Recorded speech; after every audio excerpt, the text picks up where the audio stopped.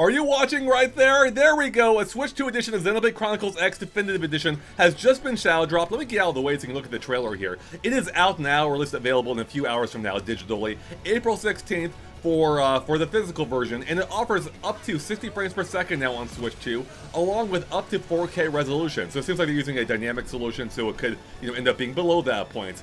Either way, this is good news. So it doesn't seem to offer any other additional content like features or new story content.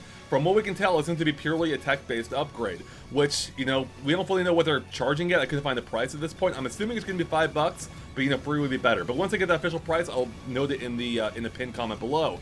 Anyways, moving on. Actually, I want to show you the physical edition real quick, in case you're curious. There you go. There's a box for it. All right, moving on.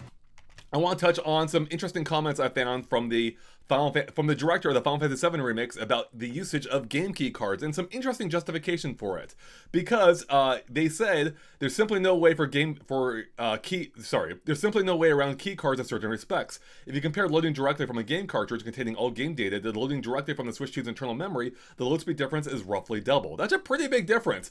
He continues, our game design isn't built around loading all data up front, with nothing further being loaded afterward. Even during gameplay, data is constantly being swapped in and out. And given that premise, the loading speed from a game card would inevitably be insufficient, leading to stress for the player. In addition, with currently available cartridge capacity, there's a practical limitation that the full game data simply wouldn't fit in the first place. So, I don't know how much of this is truly the case versus it being blown up our butt, but I am inclined to believe him. I mean, for one, he's in a position to know, and two, it makes sense. Like, yes, the game is huge. It wouldn't physically fit on currently available game cards. And if that, streaming data thing is accurate, it sounds like it just simply wouldn't work on a current cartridge. Now, I don't know whether that's actually truly the case or not, but I am inclined to believe him. That being said, I'm obviously not a huge fan of game key cards in general, but it does seem like there are situations where there just really isn't a practical workaround, especially in cases where it won't fit.